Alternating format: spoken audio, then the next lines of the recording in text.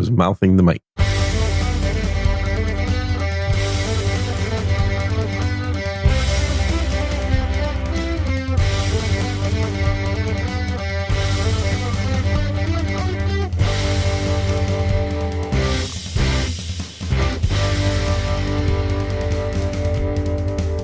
Hello and welcome to episode number 48 of Unrelenting for October 28th, 2022. I am Darren O'Neill with my friend on the other end, Gene Nevtuliev, if I can use an Adam Curryism. And there is breaking news, Gene. Paul Pelosi attacked in his own home. Is that the son of the witch? It is the wife or the, okay, maybe yes. The witch is his wife. I was going to say the wife of the witch. Okay. Oh, so that's, okay. The husband who, accidentally got caught with a cooker and was driving drunk or something. Right. I thought they were separated. I didn't realize that he was still the husband. Is this a Nancy, this could be Nancy going, you know what, I'm not going to have a job in a couple of weeks because I'm not going to be the speaker anymore. Maybe she doesn't want him waiting when she gets out. Maybe she doesn't want to share her wealth when she's done. Yeah. Well, I mean, he's done his job. He's bought the stock she's told him to buy, I guess. So yeah, this is breaking news. Mm-hmm. And of course, all of the news outlets so far are like, well, the motive is being investigated. It's like, you don't need to investigate anything. Tell me who it was. Because this was in San Francisco. If this is an employed white guy, then it's politically motivated. If it's anybody else. If it's a white guy in San Francisco, it's probably a gay white guy. Let's be realistic here. Well, then it wouldn't be a Trumper. So if it's a gay white guy, it can't be a Trumper. So then also not politically motivated. If you're right. So it has to be a straight white employed guy for this to be politically motivated. Otherwise, and there's about a 1% chance of that being the case in San Francisco. Yes. Unless they they may have had to really drive somebody in. But the odds are against that. I mean, what you describe in San Francisco, I mean, the only straight white guys that might live there would still vote Democrat. But the reality is, this was most likely somebody experiencing homelessness, as they say in San Francisco. Just a guess. And if it's my goodness, if it's somebody of color, as the racists say, then I think we really know. Yeah, well, as the genetic tests often show, aren't we all a little bit of color? I mean, I've got almost zero because I don't go out in the sun at all. That's true. I keep trying to get lighter. Mm-hmm. But that's just because I live in the basement. Going out. What's the point of going out? There are people out there. That's right. You might actually run into one someday. I've got everything I need right here. I've got a high-speed internet connection to communicate with the world. I have food. I even have alcohol if I want. And like the dude named Ben on your other show, I'm not shy about showing my firearms. I know you are, though. I was kind of amazed that you didn't want to have the big pegboard behind you. No, what are you talking about? I was the one who brought up the pegboard and saying, geez, I got enough stuff. I might as well make one. Well, you also told that I'm too lazy to make one. It doesn't mean I'm too shy. Okay, so somebody has to come to Gene's house, put up a pegboard, arrange his firearms in a very pleasing manner. I don't believe anything I hear on that show. I heard I was 100% Irish on that show, too. Well, you are, as far as I'm concerned. Right. Well, it's the way I want to portray it. I mean, I guess if you want to like force your Polish side on there, I guess that's, muddy the waters. Well, either way, the Polish drink really well and the Irish drink really the Polish aren't particularly dark either. No, this is true. You see, they're generally blonde. There's a lot of prevalence of Polish blondness from what I recall. Probably. That sounds about right. Mm-hmm. So I don't complain. So this will be I don't even think it's that interesting of a story, except that it's going to prove that crime is, if this will happen in the home of Nancy Pelosi, which I'm guessing is in a fairly nice area. What, you mean the palace? Yes. If this can happen and then in her home, this politically should tell people everything they need to know, and that would be, you are not safe in your home, which I'm kind of surprised Nancy Pelosi even announced this. There was the comment that she made was, the usual, what this time where family would like privacy, and somebody on, I think it was the British website that it was on, the Daily Mail, which is not usually great journalisming, but one of the first comments was like, well, if you wanted privacy, why are you announcing this to an international audience? Exactly. No, they might have, maybe they hired the straight white male and put a MAGA hat on him. Maybe. It'll be interesting to see, because that's the only way this doesn't make Nancy look bad for her own policies. And even then, it kind of does. But this is, I'm guessing, where they would like to take it and be like, oh, no, this was a MAGA Republican who came in and attacked him. Well, that's not really the MO of the average MAGA Republican. And if it turns out, which is way more likely at this point, that it was just a random act of violence in San Francisco, then that proves that nobody is safe in their own home. If Nancy Pelosi's husband isn't safe, nobody is. If they found the one guy in San Francisco that actually does have a MAGA hat, and then was it Kanye? I hope he made enough money off of this deal, because there's not much competition in San Francisco for that. No. So it's an oddity of a story. Yeah. And at any time it would be an oddity, but considering that we're now, is it 2 weeks to the election? That's Tuesday. So, so less than 2 weeks now. Yeah. So, I mean, this can't be politically motivated. Do you have your local candidates that you're voting for memorized? No, I don't. But how are you going to vote? I can go in and do early voting anytime at the Village Hall where my wife works. So there's we've got the book of like everything, including don't assume gender. And that they also mentioned in a meeting that the county was considering moving forward, adding more choices besides M&F. It's like, fuck you. Come on. How about more choices between R&D? Yeah, it would be nicer. That would be a better way to do it. That would be a better change in the ballot. You are absolutely right. It's like, I mean, when people can do whatever they want in their own life, I don't care. But let's just try to stick with some kind of reality. There was another big kerfuffle. I think it was at a high school somewhere in the United States. Don't even remember the town, where a guy that said he was transgender decided just to go in and start showering with the girls' gym team or what. Maybe. Yeah. And it's like, you can't have this. I'm sorry. This is, every guy in high school is then going, I might think I'm kind of transgender. I get to go in and shower with the girls' team. All I have to do is say I'm transgender. No. I mean, if they want to put their dick in a guillotine and cut it off, then you can do whatever you want after that. I think it's mostly the balls, not the dick. Is it? Well, both. I think we should have to remove all of that. If you're going to play that scam, you have to have some skin in the game, literally. To the question of what makes a man from The Big Lebowski. I've never seen that movie. Oh, you got to be shitting me. Okay, never seen it. I know there's a lot of memes watch it around it while you still have half an eyeball, or I'm going to be very disappointed, because that movie it summarizes so many things about that time period that you were still around in. I was still around in, yes. The 80s, the late 80s. Yeah, the start of the Gulf War. Yes, that was my time. Yes, and the fact that you still haven't seen this movie is amazing. I just ignore so many things. Although I did watch the new Beavis and Butthead season, and that was great.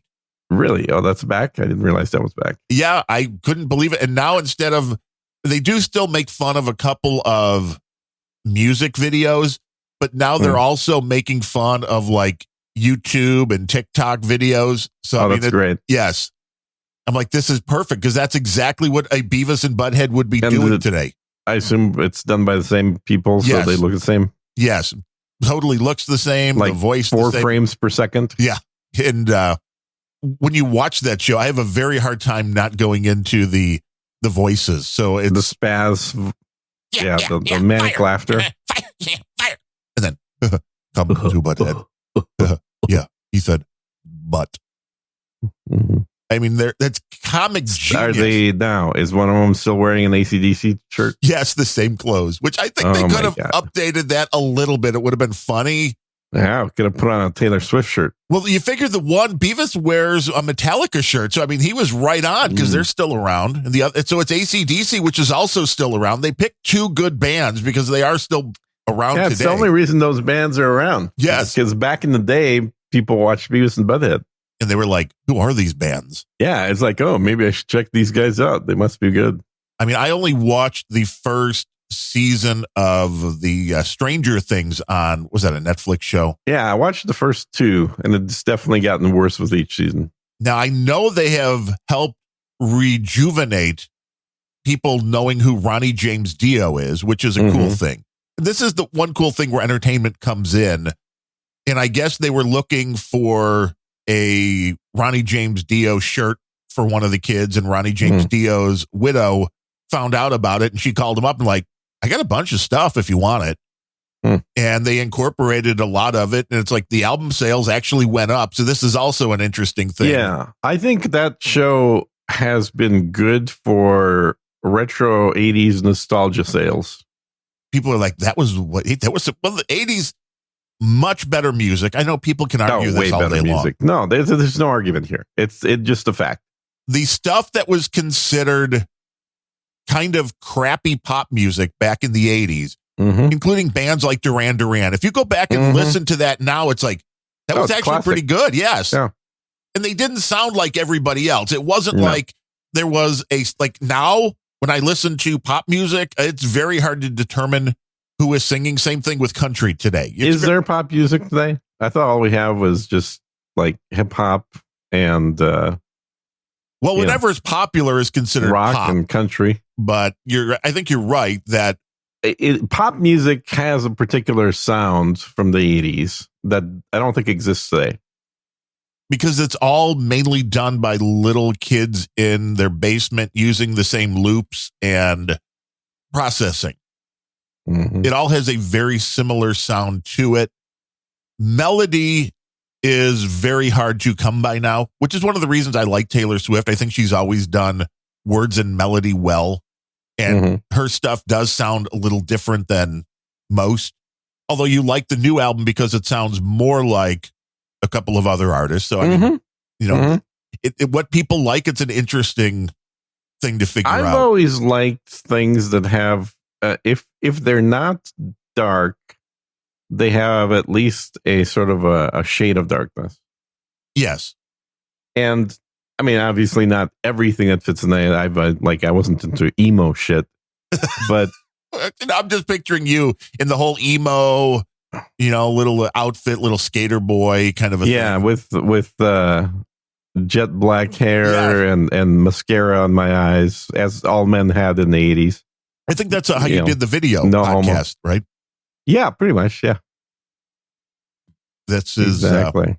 You never know, but there is what is considered pop music today. Yeah, it doesn't stand up. There is nothing that I've heard recently that you're like, wow, this is a great new sound.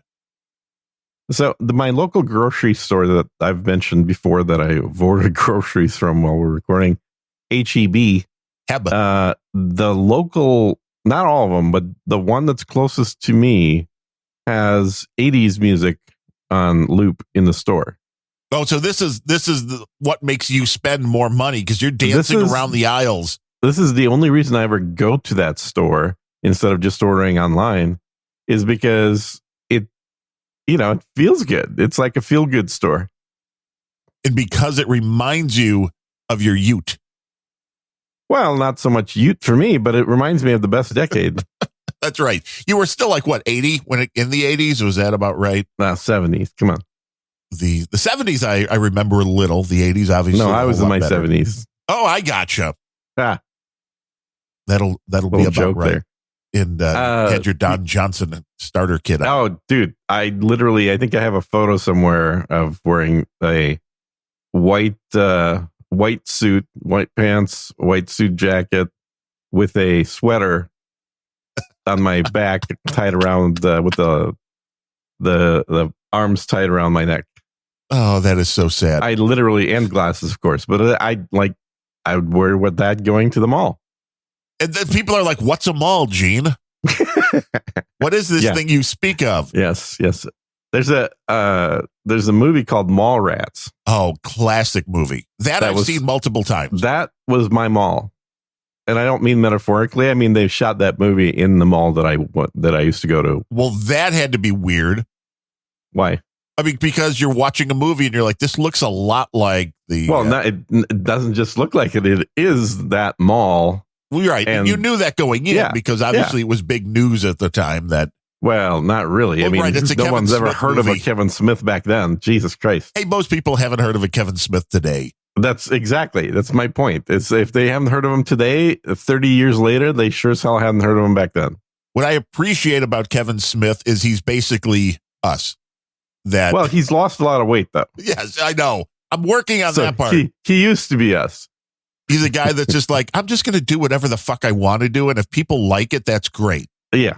He's a guy with a fat dude with a beard who is somewhat funny, but mostly ironic. That is kind of the theme of the show. And we are way more Kevin Smith than Seinfeld. Well, we're way more Kevin Smith than Kevin Smith is these days because he's kind of gotten woke. Has he? See that? I know he did something with one of the animated characters. He did a series that people really didn't like. I'm forgetting which one. Green Lantern or something. Oh, he's done a few things that people really didn't like, including a movie that I don't understand why it was made that was called something The Walrus. Oh, Tusk. Yeah. Well, it's like a podcaster getting killed or something in that, isn't it? It's like something about I've never seen it. I've got it to watch. I haven't watched it. No, you don't need to watch it. It is a completely ridiculous movie. Like things just don't make sense. Like The Big Lebowski is totally great, but there's a line somewhere. Yes. The Big Lebowski is a great commentary and satirical movie on the late 80s, early 90s, right? But the Tusk, which was made much more recently, I think is a movie made just to spite the studios that he had to deal with. So it's okay. I get it. It's a spite movie. It's not a real movie. It's a spite movie. It's like, we're going to come up with the stupidest script, have the stupidest central plot and theme to the movie, and like none of it literally makes sense. Well, this could be very much the same kind of a thing that Van Morrison did to his record label very recently, which was, I think he owed like a final album or two for the contract to be done. And he literally less than half-assed a bunch of songs, and this is it. I guess. Really? Yeah. I mean, I appreciate that kind of stuff. I was playing a little Hank the Third before we went live here. He's done the same kind of thing with him. He had a problem with his record label at one point, Curb Records, where he was just out and out selling bootlegs of his stuff at the shows and telling people not to buy the officially released stuff. That's hilarious. When artists and their labels disagree, some fun stuff can happen. Yeah, and I'm hoping there's a lot less of that in the future because labels are a lot less necessary today. Right, because you don't need them, which is one. It's kind of like publishers. Music. Like you don't need a book publisher. No, I mean Amazon will do it, and a lot of people hate Amazon, but Amazon will do a finished product by you just uploading the files to them, and the finished product is actually pretty good. Yeah. Now they get a good chunk of the money for that too, but not any more than the publisher.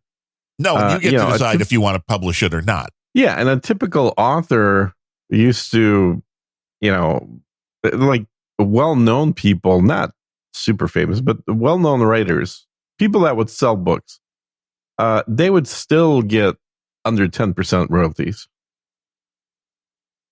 Yeah. Well, it's like musicians. People don't realize, everybody thinks that if you have a major label deal, and I'm going back with my experiences mainly before the internet was big, but I think it still holds true that the artist, they get a money up front. They get a big check up front most of the time to make the album. The label will give the money they'll foot the checks. They'll send the checks rather to record the album. Back in the day, that was a little more because you couldn't do like 80% of this at home like you can now. Yeah. But the reality was, once that album started selling, the artist had to pay back every penny of that before they started seeing profit. So it wasn't like, well, that's fair. It is. And it makes sense because there's a lot of artists though, that part of it I have no problem with. It's the owning the copyright that I have a problem with. Well, and that is the owning the copyright of the sound recording itself. The labels do not own the song. The songwriters are still. Who cares what the song is? That's why I think that's why touring and live music was so damn popular, is because it's the only way that they can actually make any money. Oh, yeah. There's no question about it. Your favorite artist, if you're like, should I spend $30 on the CD or the vinyl, or should I spend $30 on a T-shirt? They're making way more on the T-shirt. Oh, yeah. Yeah, absolutely. There's no question about it. Now things are weird. And one of my buddies here in Austin grew a multi-million-dollar company supporting that. They made the T-shirts. Their majority of their clientele when that company was first growing were bands. Obviously, a lot of bands in Austin, certainly back in the 90s and early 2000s. Hell yeah, that's about all I listened to was stuff out of Austin around that time. Yep. And Austin City Limits. And there's now been some really crappy artists on Austin City. It used to be I don't even... I haven't paid attention to it in years. I mean, they're still going, I guess, which is good, but there are artists, like the latest pop, like Olivia Rodrigo. It's amazing to me when I'm looking for live tracks. There are some artists you're like, really, they were on ACL? The last one I saw was Linda Ronstadt. Okay, that was what, in the 70s? Was that her 80s comeback? That was her 80s comeback, yeah. That makes more sense. But they had a lot of great stuff back in the day. It was...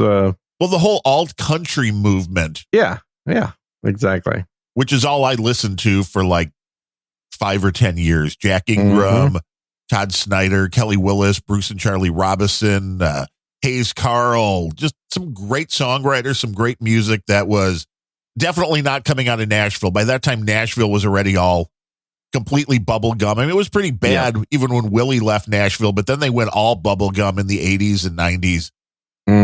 Except for a few artists. I mean, a few got through. They still had, the top 10 country. I mean, George Strait was still real country and somehow had a major record deal. People like Randy Travis were doing. Randy Travis is going to bring up. Yeah, exactly. He was out of there. They were still doing real country, but then it kind of died. Now it doesn't exist anymore, as far as I'm concerned, in Nashville. Dwight Yoakam. Well, he's not really Nashville anymore. He's long gone, I believe. No, I'm sure he's probably dead at this point. No, D. White's still around. He just had a birthday the other day. Did he? Oh. We saw him a couple of times. And I remember listening to him. Yeah, the D. White, the only concerning thing was D. White's blue jeans were tighter than any of the women's in the crowd. So it was... Well, that's because back then everybody wore what's affectionately now known as mom pants or mom jeans.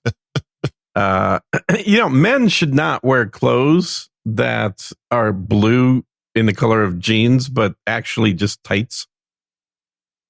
So you think men should wear tights, not jeans? No, other way around. I'm saying what passes for men's jeans in this day and age today is basically tights that are painted to look like jeans. And that's not good. You don't want that. No, I think this is how you end up with low testosterone. You get your balls restricted there by being squeezed into your body because of the pants you're wearing. Yeah, I mean, so many guys with the tighty whities have no idea the damage they're doing. No idea. Yeah, I mean, sure, fair enough. But, I think that the tighty whities are a lot more stretchable than the freaking skin jean. Yeah, the skinny jeans. So you don't have leather pants that are going to show off your package. Yeah, we all experienced that. I made a comment. I made a funny comment. I thought you thought. I was going to say you thought it was funny anyway. I thought it was hilarious. Is that there was something talking about? Oh, it was the image the reuse of, so it was a photo of two different images that demonstrated the use or the reuse of a headline that was the first one was a headline from a newspaper, and it was Iraqi troops given Viagra so they can rape more women. And then the next one was Russians given Viagra so they can rape more Ukrainian women. And my smart ass reply to that was like, Russian men don't need Viagra to rape women. And you were wondering why you had crickets. And I thought that was hilarious because, it's funny, but it's also true. And then the one comment I got back on that is like, so you're saying Russian men rape women all the time? I'm like, no, dumbass. I'm saying that Russian men have normal testosterone that American men don't. Gene at SirGene.com. Yeah, back in my day, that would have been a funny thing to say. Comedy has changed. There is no comedy these days. What's funny these days? Louis C.K., I think, is still funny. And that's going against the cancel. Damon Wayans was making basically the same argument, which is, I'm going out and telling the same jokes. If everybody wants to cancel and drop me, that's fine. I know I have an audience and I know I can sell directly to them if I have to. Well, he's going the way of Dorf on golf. Right, go direct. Yeah. Tim, what's his name? Tim Knotts? No. What was Rickles? No. Tim, what was his last name? Conway. Yes. Dorf. Tim Conway. Now people are like, what the fuck is like, Dorf? What the fuck are you talking about? Uh-huh. Like, oh yeah, Tim Conway. I remember that. He dude. Was a was differently abled character. He was a half height person. Yeah. I mean, you know how that feels. I do not, but I can well imagine. I have a good imagination. It's like that is how does it feel to be a Sasquatch? I tell you, it's good. You can see in concerts. You can see in concerts. It's horrible though when you try your main benefit. When you try to get into an airplane seat, which they've made super small. Not for human consumption anymore. Yeah, Joe Biden though has mentioned that having to pay for larger seats is bad for the black people for some reason. I don't understand. They like to sit with their legs spread wide. I don't know. I don't understand what Joey says most of the time. But comedy is dead. You can't do it in the mainstream. Although I don't know. As of last night, Elon owns Twitter. So I got a Twitter account yesterday after well over 2 years of not having one. I got banned. I'm wondering. Let's all post biological men cannot get pregnant on Twitter and see how many get canceled now. It might be safe to say that now. Yeah, it might be. I mean, he's definitely going through, and I think firing the top of the food chain there was a very good move. I think he's backtracking his. I'm going to get rid of 75% of the employees bit now, but I think a very simple question that needs to happen right now is an email needs to go out. This is something I've done in companies, to every employee, and it says, please reply back and tell me what you did this week. Ooh, that's genius. And based on that answer, you know pretty much who to keep and who to get rid of.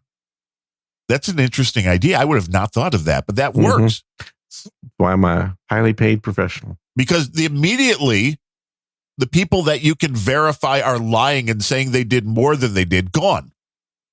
Mm-hmm. What about the people that are honest and just say, I just kind of fucked off this week. I wasn't feeling well. Yeah. Do they get a second chance because they're honest? No, they're not. Okay, so if you lie and say you did more than you did, you're fired. If you're honest and say I fucked off all week, you're fired. Who's left? Well, that's the best part, is what's left are the people who are actually doing work. Yeah. Because the people that don't do anything and didn't bother lying because they're too lazy, they should be cleaned up. The people that lied will be found out in short course, because they'll start pointing fingers at each other, and they'll be gone within a month.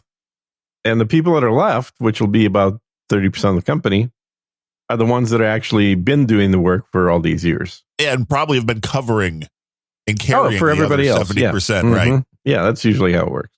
Yep. And we covered over on Grumpy Old Ben's, the show that spawned this show, the letter that the Twitter employees sent to the existing management and to Elon demanding equity and fairness. And it's just like, fuck you. No, that's not the world. I think that the Twitter employees used to work at what was that store? Macaroni's or whatever. Oh, the Macaroni Grill? The noodle. Yeah, the Noodle Boys. Yeah. And girls. Yeah, I mean, I think that's who ended up at Twitter is they graduated from their high school jobs at Noodles. Yeah, the whole we demand you keep all employees because otherwise they might get kicked out of whatever country they're in. It's like, that's not the reality. The company is not responsible for keeping you in your job if you don't perform. My God, I've gotten rid of H-1Bs in the past, and they rarely, I'm not going to say never, but they rarely are justifiable. It was some stupid-ass idea that tech companies back in the 90s, well, probably in the 2000s, it wasn't really the 90s. We had enough people in the 90s. Those tech companies in the 2000s that rammed through Congress is this idea that, we'd be growing if it wasn't for the fact that there are no Americans with any technical skills and we're forced to import people from out of the country. So we need more visas. And that has always been a bunch of bullshit. And I've worked with like those industries and H-1B holders for 30 years. And it is as bullshit now. Well, probably not 30, probably 20 years. Let's be realistic here. For sure, over 20 years. And it's never justified. It never makes any sense. It seems like it's a cost savings, which is why companies do it. It's never justified as a cost savings. It's always justified as like, we just can't find anybody to hire. Would you bother running an ad? Well, yeah, for a day. Well, yeah. Isn't that enough? Yeah. I mean, that's enough just to say we did it, and now we don't have to do it because we just import somebody. Well, it's always the lens you're looking through. Oh, absolutely. And it was sold as two different things to different groups of people. It was sold as a great way to get cheap labor, getting people that have master's degrees for $15 an hour. This will be great. And then, so two companies, and then it was sold as, America can't compete, and we can't compete because we can't have the people, and we don't have the people. So you better allow all these foreigners to get visas to come in and work. It's really the sharecropper mentality for high tech. Well, and then they go back the other way, which I thought this was interesting. The AP, not that this is a surprise, because the AP, the Associated Press, over the last decade has become nothing but a bunch of leftist drivel. But it's always been mostly that. The AP looked at the rosters for the two teams playing in the World Series this year, the Philadelphia Phillies and the Houston Astros, and went, hey, you don't have any American black guys on the team. And of course, the whole article doesn't exactly say racist, but if you can read who do between they the have? lines, because there's no white guys either. So see, this is, and again, if you want to talk about going outside of the country, there's a lot of the people that are playing Major League Baseball come from countries like Venezuela and Cuba. And when you see them, it's like, well, they're obviously not, they're not white guys like you and me. I mean, we're almost see-through, and that's not what you have playing.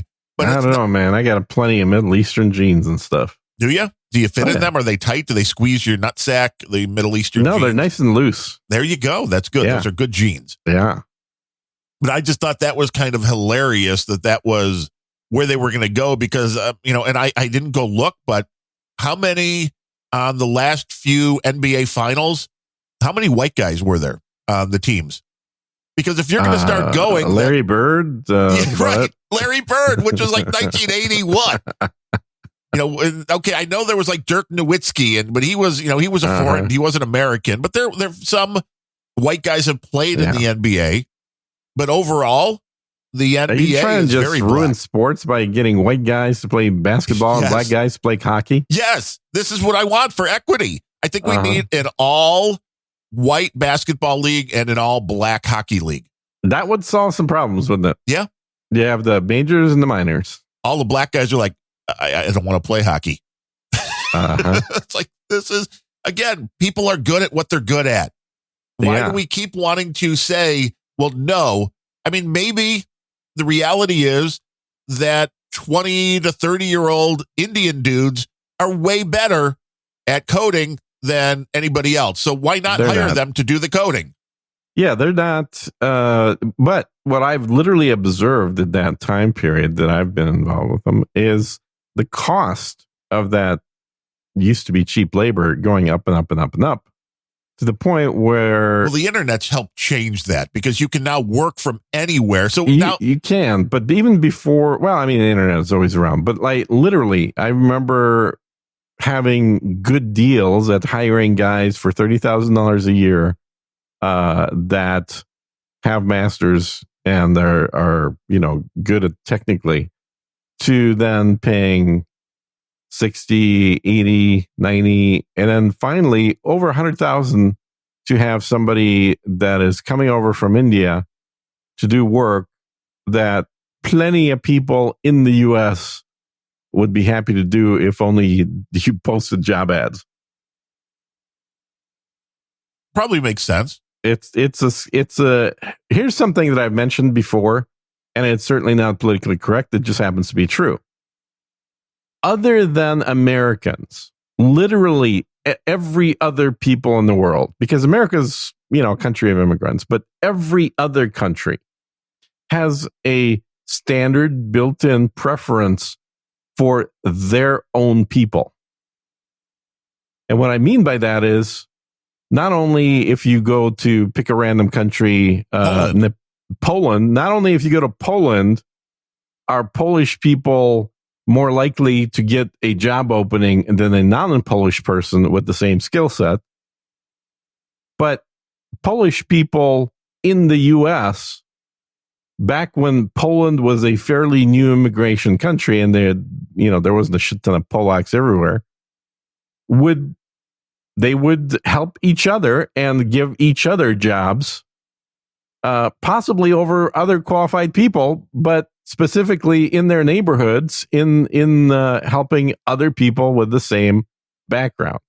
Yeah. And so this has happened for Indians very successfully, in where they started coming in the 90s, but the big push was in the 2000s in tech jobs. A lot of them had other skills and that were developed, and they got to be managers. And again, I watched all this happen. And then senior managers and directors, the point where a lot of tech companies, if not most tech companies, were headed up by Indians as CEOs. Now, none of them started these companies, but Microsoft had the company India. Twitter that we just saw, Elon fire, had the company, Indian guy. Apple's not one of them, but Apple has plenty of senior people in those positions.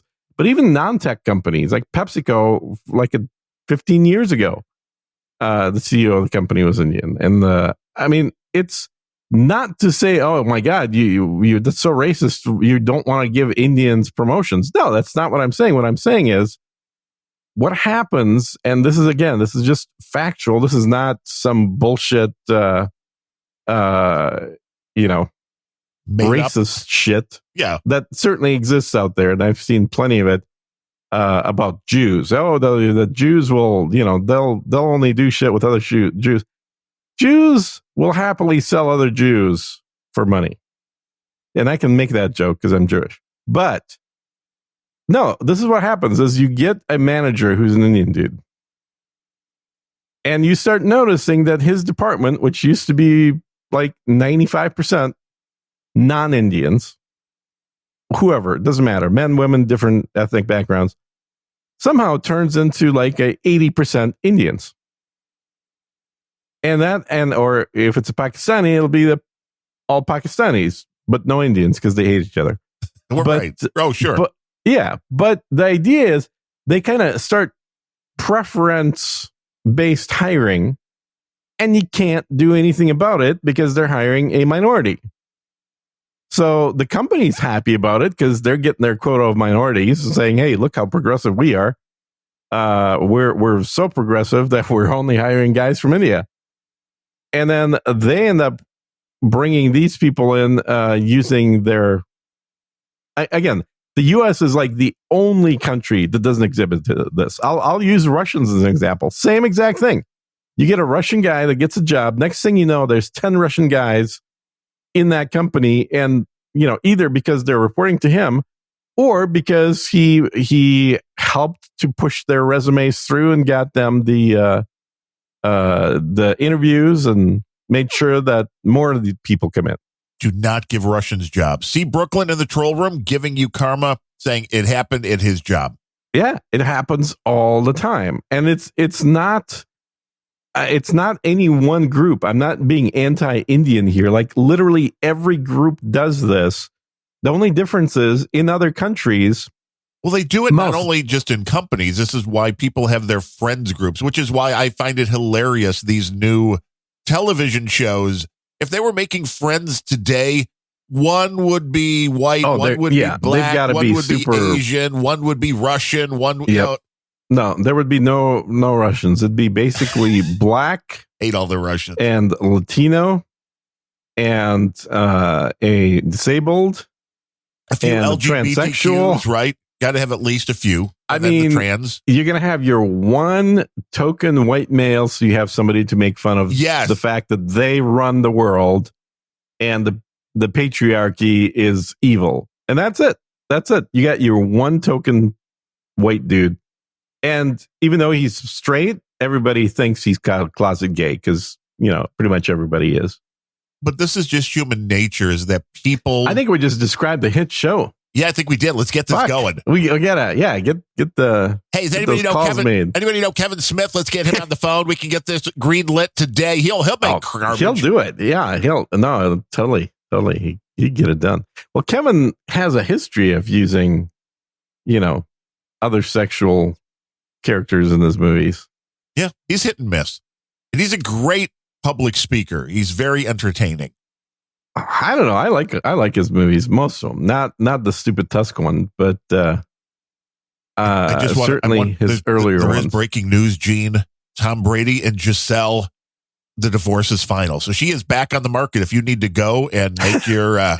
Wait, where's she flying to? Let me buy some tickets right now. I'm sure she's going somewhere. Uh-huh. She'll probably have the kids, though. So, I mean, that could be a deal breaker for you. And not on the plane. You're going to close the deal at 30,000 feet. Man. Yeah, no, the days of the Mile High Club are over, man. I'm too fat. Well, and the bathrooms are too small. That's my point, is that bathroom is a one-person bathroom at this point in time. I've certainly I've done the Mile High thing back in the day when I was younger, much younger, in my 20s. That was before there were even jets, Gene. No, they were playing. Fuck you. It was a nice prop plane, though. Have you flown? I remember seeing this a couple of years ago. I think it is in one of the Arab airlines that has like 2 shower suites. And yeah. And it's like, wait, so you can go up and there's like a full opulent like bathroom, a shower. It's like, that's... Yeah, it's a spa. Now, I think there's the way to go Mile High. Qatar Airlines, it may be. Yeah. Now, if there was ever a way to go Mile High, I've never gone on any of those, but I've watched videos of it. That looks very impressive. Yeah, so you're like, this flies? That's way different than what I'm used to on Southwest, let me tell you. I've never flown Southwest. I don't know why anyone would. That's not a real airline. Well, now, is American Airlines even going to be considered real? Because last I saw, and I don't know if this is happening right now, they were pulling out all first class. Well, then I'll be pulling out of them. Because that's all I fly, and I've been flying American for 15 years. According to a news story recently. So I guess it's equity. They're saying nobody's buying the seats. I think it is. Bullshit. Well, I'm buying it. You know what? They may be right. Because on the last flight, on the flight back from Mexico, I was in first class and nobody was sitting next to me. Here's the thing. How the price on first class is like 5 to 10 times what a coach seat costs, which is fine. And I think probably fully worth it on any flight over 3 hours. But your flight to Mexico is probably just a little shorter than that. Yeah, it was like an hour and a half. I don't know if I would pay for the first class just for an hour and a half. Well, it is cheaper. And in fact, so it used to be super cheap. So this time around, it was over $1,000. But I remember flying to Mexico pre-COVID in first for about $400. That's not bad. Which is like barely 3 times. No, not it's more. It's like double. It's like double the standard ticket price. And it is. It would be that would be worth it to me as somebody who is 6'6" and doesn't fit. Here's the thing about first class. If I decided back in the 2000s that it doesn't make any sense to fly coach. But the thing about first class is you get a lot for your money. You think, oh, it's like, wow, it's so much more expensive. The typical ticket from Texas to anywhere, from DFW to pretty much anywhere in the country, is about $1,100. And the price of coach tickets can vary between $200 and $400. Yeah, maybe $500, but certainly within two to $400. So it's about 2.5 times, maybe 3 times more expensive. Well, maybe 5 times if you find that one weird flight that they're selling for $200 just so they can say that's where prices start. Right. Because usually there's one of those and about 20 of the other ones that are more expensive. But either way, you're so confined to that, like it's non-refundable, non-returnable, the coach ticket, like all these restrictions on that ticket, including how many miles you're earning. When you buy first at full price, you could decide an hour before the flight that you're not going to make it, and you just keep the full value of that ticket. Yes, which is one thing you are giving away. Yeah, if you go with the cheaper ticket, is you can't the cheaper coach. And if you want a coach ticket that has that price flexibility, it's like 70% of the price of a first class ticket. Beyond that, obviously, you're sitting in first, and you don't have to be a super flyer. Like you're not flying 100,000 miles, so you get your free seat in first class. If you're flying for work, and I started doing this again, like 20 some years ago, if you're flying for work and they're only paying for a coach seat, you can pay the difference. And now you're basically flying first class for, $500, $600. Now, granted, you're flying for work and you're like, well, that's my money. I don't want to spend my money on flying for work. Well, it's also your time and it's also your health. And talk to your doctor. If you fly a lot, talk to your doctor about the adverse effects of flying, because there are plenty. And being cramped up for an extended period of time, which is anything over 2 hours, is not only bad for it's not pleasant for a guy like you, who's, right, a Sasquatch, but it is actually bad for your heart, because it's having to pump blood through all these constricted, tight joints and junctions within your body. And it's like being super stressed for a long period of time. The change in pressure, even though it's not that huge, I mean, obviously there's less pressure as you go up, but it's not the same as being in a hot air balloon at 30,000 feet. But still, that constant, and by constant I mean more than once a week, change in pressure that you're experiencing is also bad for another number of other organs, because what you have is you have a change in the saturation within the blood, within different liquids in your body of different gases, because that slight change in pressure will actually affect the amount of gases that are dissolved. There's a lot of stuff. Talk to your doctor. And as I always mention on my show, we don't give medical advice here. So this is non-medical advice. No, this is talk just to your doctor. Factual, like they know deep vein thrombosis is a thing. It's stressful on your body, not just your brain, to fly. And by flying in the first class, not only do you have a wider, nicer seat, you're also less stressed out because you're first on, first off. You have a real meal instead of a, would you like to buy a sandwich for $14 and a can of Coke for $5? It's like they're not trying to nickel and dime you.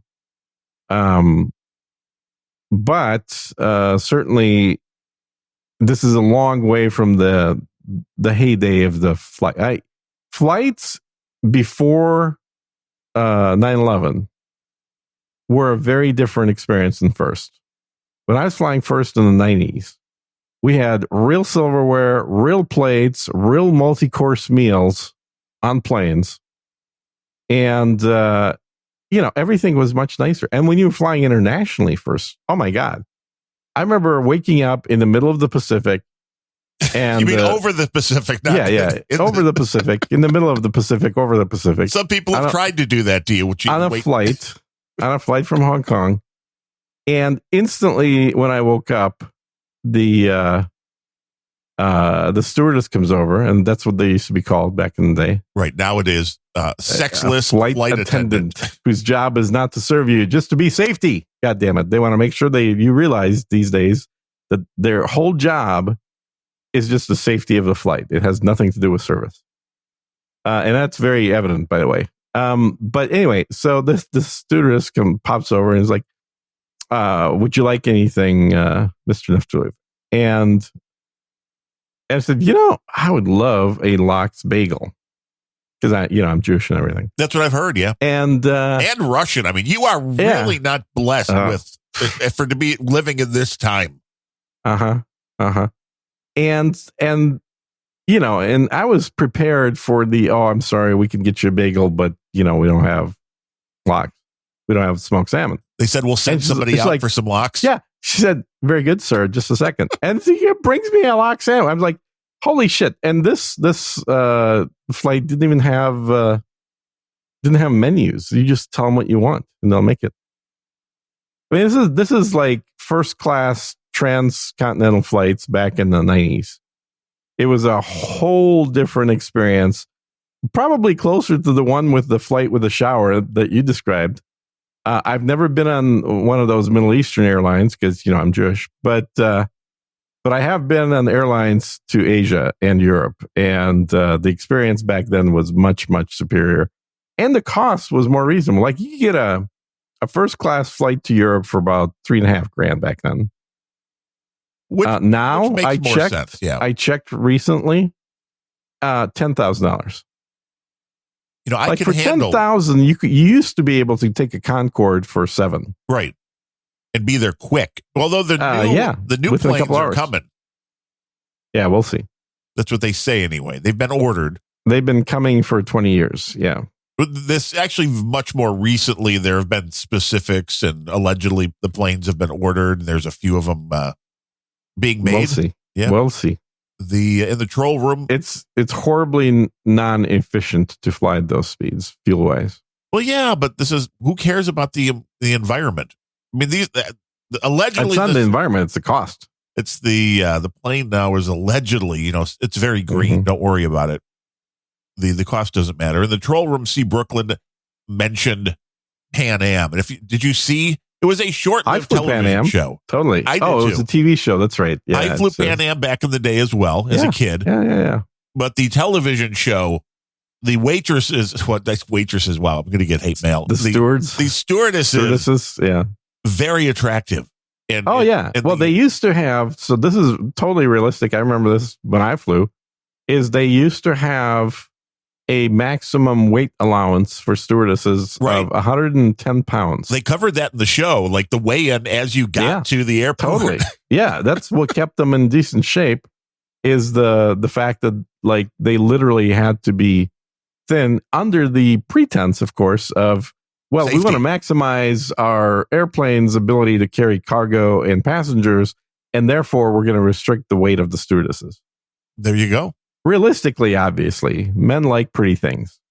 And if you haven't seen Pan Am, that was one of the early things that Margot Robbie was in, and well worth watching just for her. And the chick with the big eyes that I like too. Oh, okay, yeah, I know who you're talking about. She was in there. Yeah, what the hell's her name? Good old what the hell is her name? Well, she's she started off as Wednesday Addams with a little girl in a movie, and she definitely matured well. If you know what I'm saying. Yeah, the look worked moving forward. Well, beyond the look, her body became very non-Wednesday Addams, very curvaceous, and Christina Ricci. Christina Ricci, that's right. And she's been in basically B movies. She's never really been an A-lister, but she's been in a few B movies. And most recently, I think I saw her on Amazon, or was it Netflix? I think it was one of those two where she played the wife of what's the writer? F. Scott Fitzgerald. So she played his wife and was very there was a few scenes that were clothing optional. Well, as they should all be. They should. That's true. That's the way life is. Life is clothing optional. Yeah, that was she's been in a bunch of stuff. Yeah, but not really much big stuff. I think her first movie where it was either right before or right after where she played the Addams Family was with Cher in Mermaids. She was the little girl in Mermaids. I do not remember that, but yeah, that was very early for Margot Robbie. In the Margot. Oh, I'm not talking about Margot Robbie. I'm talking about Christina Ricci. Yeah, Margot Robbie. I think she was. She had a great body. Well, it worked with the Pan Am uniform for the stewardesses. Mm-hmm. Yeah, I still have some wallpaper that scrolls through my machine of her in that outfit, and it still works. Well, yeah, she had a good body. I mean, I think her outfit in the Joker works pretty well too. Oh yeah, Harley Quinn. Yeah. Doctor Harley Quinn. That's Dr. Harley Quinn to you. Yeah, when she puts the glasses on, that's Doctor. Yeah. And when she brings out the baseball bat with the spikes yeah, but like those shorts that she's wearing in there, like those had to be spray painted on her. They may be. You know, I've seen a few of those dresses. Have you seen those dresses? Yes. Recently, there was another story that one of the models that was having one of those dresses sprayed on, and the technology involved, and whatever this awesome, yeah, whatever this material is that it comes out and then like solidifies. Yeah, it's like latex, but with fibers. Like it's a combination of it's spitting out both latex as a liquid and some kind of fibrous shit that holds the whole thing together. It is pretty impressive. Jeans like that's what every woman should wear. Just something you can spray on. No, only women with a lot of money should wear that because those clothes are not reusable. Oh, well, so this is a problem with the environment then. But if we were living in the George Jetson future that was promised to us. Yes, which we're waiting for. Yeah, well, he's been born now, I guess. So it's just a matter of time.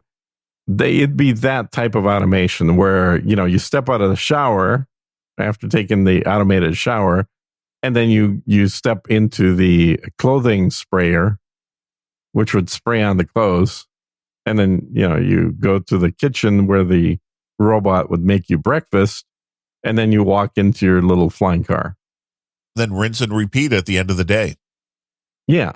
Of course, for the woman, that wouldn't be, going to work. It would be going shopping. Oh, well, that's of course. What women's job is during the day. Because women should not be employed in the workforce, according to... Women shouldn't have to slave away by working outside the home. That's totally true. Yeah. I like the way you're framing that. Well, I mean, this was the big thing that stole a lot of wealth, but pretended to do the opposite. And I've talked about this on Sir James Speaks like 2 years ago, is that women entered the workforce, but the average amount of money made per family has remained stationary. So what effectively has happened is the number of employees between 1970 and 1990, it was a 20-year period, the number of employees nearly doubled, but the take-home pay per family didn't really move. So more people are working. It was a horrible trade-off. Right. It's a horrible trade-off because it used to be that you could support a family on one income. And that goes for both high income, middle class, and low income people. Obviously, the amount of stuff that you can buy with that is going to be different, but there were plenty of people that were working lower income jobs and supporting a wife and children who were at home with just the man working.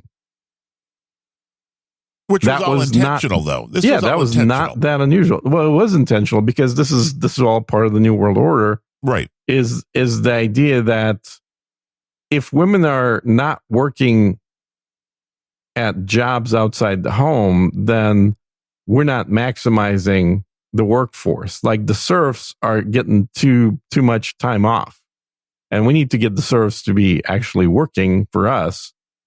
So I think a lot of propaganda came out spinning this as though it was some kind of a bad thing that women could actually not work outside the home. And I think that propaganda worked very well. And a lot of, incidentally, it's not that women didn't work back in the 70s, 60s, 50s. It's that typically women stopped working when they got married, and the vast majority of women ended up getting married. So you didn't have a very large percentage of women who didn't get married and continued to work. They needed the breakdown of the nuclear family. Oh, absolutely. Nuclear family is not a good thing for serfs to have. Serfs should just be anonymous numbers. Because then you have too much power. Well, a nuclear family allows you to make decisions for multiple people, and serfs have no business making decisions on behalf of others. The ones that know better need to make decisions for everybody. You remember THX, the movie? The audio started it all. Yeah, for George Lucas. Yeah, or sorry, not Lucas. Wasn't it Lucas? Oh yeah, it was Lucas. No, yeah, it was Lucas. I was right in the first place. That's right. Yeah, so it's been a long time since I watched that. I think Robert Duvall was in it. Can't remember who else was in it, but that was certainly one of the themes in that dystopian movie. Like a lot of movies that I like are dystopian. So that's apparently it's the world we're living in now. There's no need for movies anymore because we're just living it. Well, this is the same reason we have the mentality of the Twitter employees with their demands letter. This is why we have people doing gig work. You know, I'm going to go pick up 3 guys a week on Uber Eats, or Uber or whatever. And then I should be considered a full-time employee. It's like, fuck no, that's not reality. But this is all, again, about equity and redistribution of wealth. Yeah, there's plenty of that. During the pandemic, 2 years, the number of new billionaires and the number of billionaires who are making more money were both extremely high. If you're above a certain class of person, meaning your income doesn't derive from the work you do, it derives from the investments you have, you probably made more money during the pandemic rather than less. If you're somebody whose income derives from the work they do from a paycheck rather than investment income, you probably made less.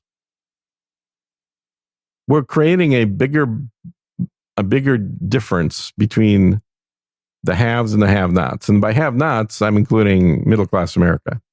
Well, and this is all, again, right down the lines of being able to then use that to create strife, to turn one group against the other, because obviously the people that have but strife is not the end goal here. Like, anarchy is. That is no, neither anarchy nor strife are good for the people that actually own the planet.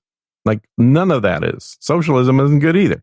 What's good is to have a shut up and do your work slave population that just accepts everything, all the decisions that are made by their betters, not questions anything, can rewrite history as needs arise, and then still just go and do their jobs. They ultimately, the benefit of any people to the controlling class elites is in the work product of those people. And if somebody's got to pick up the trash. Well, it's not just somebody's got to pick up the trash. It's not about demeaning. It's about, again, the difference between people that have to work for a living and the people that simply live off investments. Sounds if you're fair. living off investments, you're employing other people. So you want to make sure there's as many of them as possible that are available, that you can get away with paying them as little as possible, and that they will do whatever you tell them and not question you. Like, these are all positive attributes that you're looking for. They happen to be the same ones that bring people closer to serfdom. And I think we are much closer to serfdom today than we had been 30, 40 years ago. We have high-tech serfdom, where you have a phone, but you're provided your porridge in the form of social media. So you're giving a diet of stuff to keep your brain occupied that has no real difference. It makes no real difference. It doesn't matter what happened on Instagram or on Facebook. It just needs to be happening all the time to keep your brain occupied. Yeah, which is exactly what's going on now. People should read The Road to Serfdom by Hayek. Good book. There you go. But you're absolutely right. And that is, whether it was the intentional reason behind social media or not, this really has turned into the way for otherwise functioning, thinking people to just have their brains overwired with useless crap. Mm-hmm. And there is something very addictive about it, which I haven't ever been able to quite figure out what it is, whether it's, some people will tell you it's just the fear of missing out. Like, well, I'm going to miss something. It's going to be exciting and I'm not going to know until it's too late. Or whether, I understand the dopamine hits if somebody likes your post or retweets it, but I don't know if that's I think most people are just consumers on social media. And I think there's a big difference between the maybe 5 and 10% of the people who are very noisy on social media, like you are. You post a lot. You probably post. I don't do social media. What are you talking about? You're on No Agenda Social. That's social media. That's not social media. It is, believe it or not. But it's only social media if I was reading it. Well, do I actually read it? I don't even log into post. I post from an app. Right. So that's it. So that's I'm exactly making my point. Content generator, not a consumer. Yes, that is exactly my point. Being a content generator is way different than somebody who is addicted to reading and just scrolling all day long. Yeah. When most of it is useless information. By the way, you know how I ended up on No Agenda Social? And I was, one of the earliest people on there. Adam Curry said, hey, sign up for this. It's cool. Very similar to that. Adam Curry said, hey, dude, you're sending me way too many tweets every day. Or not even tweets, like text messages. Yeah, do it over here. We just set up this thing that we're going to call No Agenda Social. And, why don't you just post that stuff there? So it's not just me getting it, but other people, and don't send it to my text address. So this was Adam Curry going, hey, Gene, you know what? You're a genius. Let other people know by putting it over here so they can see it. That may have been what he was saying, but not what he was thinking. What he was thinking is, how do I get this fucking shit off my phone? Yes. How do I get Gene to leave me alone? Yeah, pretty much. And so I said, sure, okay, I'll sign up. Which is also why I'm not Sir Gene on there, but I'm just Gene N, is because when I signed up, there was no idea of using No Agenda names. It was literally just like 10 of us on there. So it was very low key. And I still don't like using I was the posting names. everything just so Adam would read. I didn't really give a shit who else was reading it. And you created a whole follower list. I didn't even bother with followers until like a year or two in, when I realized, there's more people on here than I thought. You're like, yeah, about 10,000. Because again, it's not like I'm logging in and reading shit on there. No, never. No, well, I will log in maybe once in a while just to kind of give a little star to people that have commented on something I've said. And the social media, I mean, I do believe that there may be a change. I don't know. I have to text you to get you to log in. Right, because it's like... and read something. It's like, hey, what'd you think of that thing I said? Give me some feedback. Okay, I'll For me, log it's in. still emails are probably even better. I pay more attention to that than to the text. But yeah, it'll be interesting to see if Twitter changes at all with the change at the top. It's already changed, dude. This is the Twitter info, the Musk's purchase of Twitter was one of the few high points for me over the last month, I would say. Like, this is one of those things that just made me go, maybe we're not going completely down to hell in the handbasket. Maybe the handbasket is going to be at least a car, like a Tesla car or something, because his purchase, it wasn't just him buying it. It was what he did immediately after buying, which is fire all the people that really encouraged Twitter to become what it was. Yeah, which is a liberal cesspool. Yeah, exactly. Because the people that were running it were the liberals that wanted a cesspool. Who now decided to go and start their own liberal Twitter, which is going to fail like every other. Miserably, yeah. And it's not even because it's liberal. It's the same thing why Trump's Truth Social is nothing, why Gab is nothing, why Parler is nothing. Yeah, there's some people there. Yeah. But it is not reaching Trump's the same level. Trump's got a tough choice right now because if Elon gives him his Twitter back, which he said he would, along with a whole slew of people getting their accounts back. I didn't bother trying to get my account back. I just created a new one. I had an account on Twitter literally since it was launched. It was launched here in Boston, and I was at the South by Southwest, and I signed up at that point. Early adopter. Very early adopter. But which also my account used to just be GNN on Twitter. Because it was available. Yeah, which is hard to get those names now. Yeah, good luck getting something without numbers these days.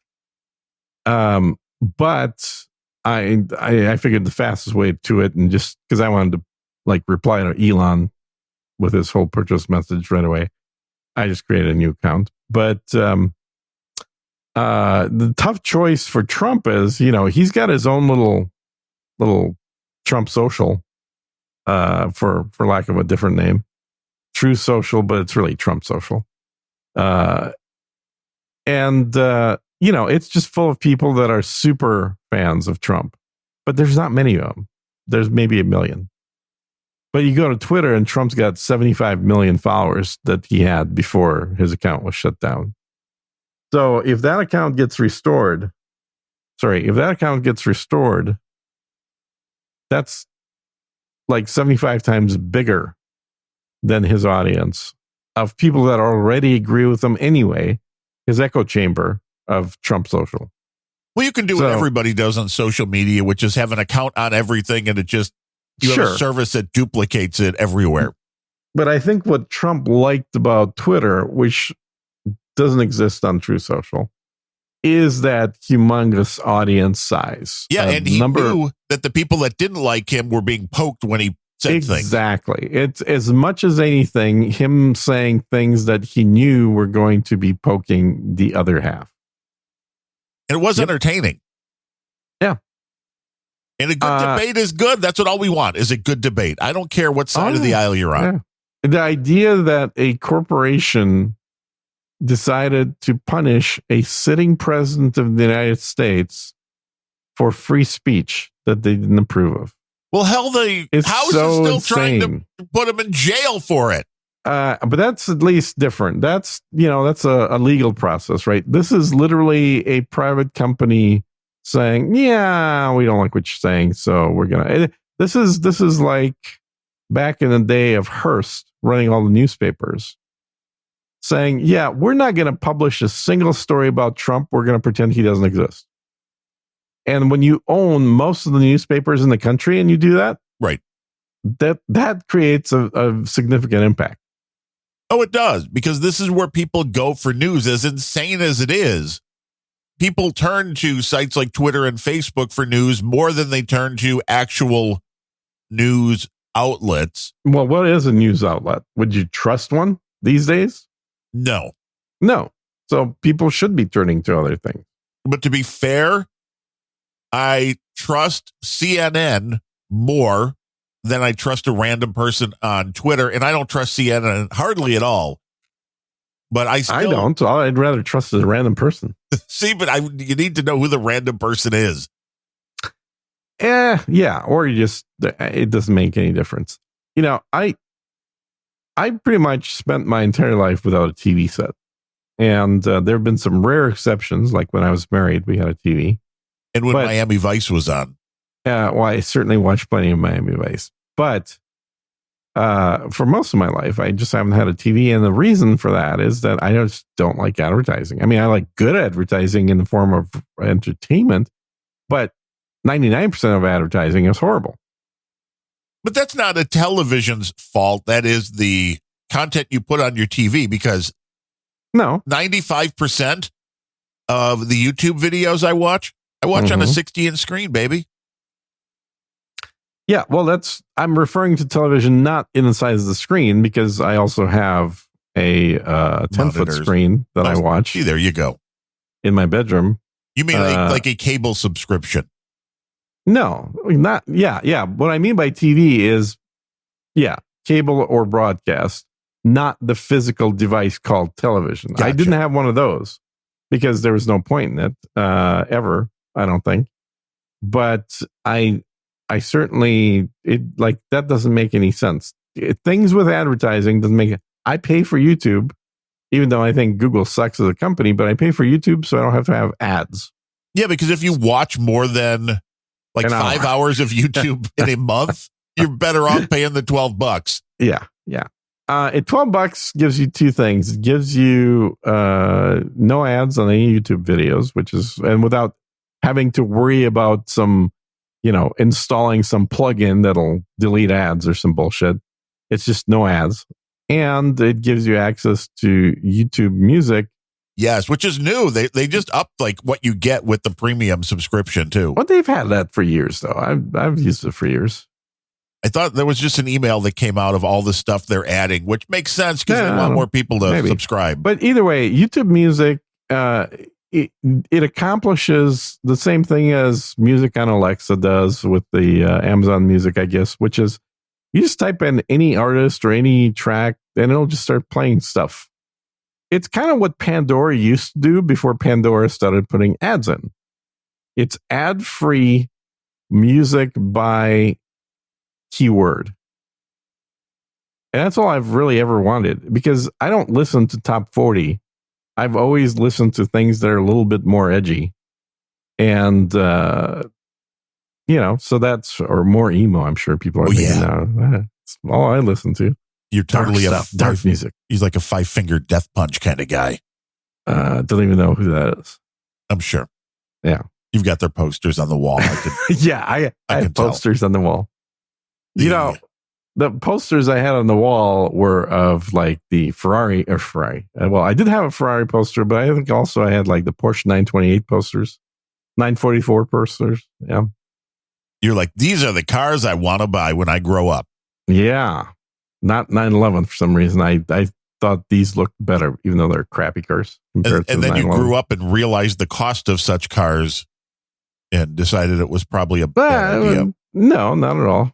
No, I just realized that there are other considerations than the way the car body looks. Well, yeah, performance. Well, that's one. Another one is comfort. I've been big on comfort. Well, yes, it's kind of like your the reasoning for going first class in an airplane. There's a lot of vehicles that would be a snug fit for average size people. They would be. And you'd be surprised, though. You would really be surprised. I've never had any issues with vehicles. In fact, I remember being made fun of by a few people, including Adam, when I got my first Fiat 500. That's a pretty little vehicle on the outside. I thought that was the cutest little thing. Oh, just so cute. It's super cute as a car. It's kind of like a Volkswagen Beetle, but even smaller. Right. And most guys, they say the car you buy is a pure correlation somewhere in there to the size of something. Yeah, exactly. So you were like, let me get the tiniest car I can. Yeah. I have nothing to try and, compensate for. I will say that one of the cars that the car that I've owned that had the best legroom was a 1996 Camaro because the seat went like all the way back. Right. And that's what Adam said about the original 500 Fiat is he remembers driving one in Europe. And that was one of the greatest things about that car is the seat went way back. So even though the car was tiny, the legroom was great. Yes. Which is good. Yeah. And I thought this car was perfectly comfortable. It was a very fun car to drive. I had a little cabriolet, a little convertible Fiat 500 with a red top and, of course, a white car.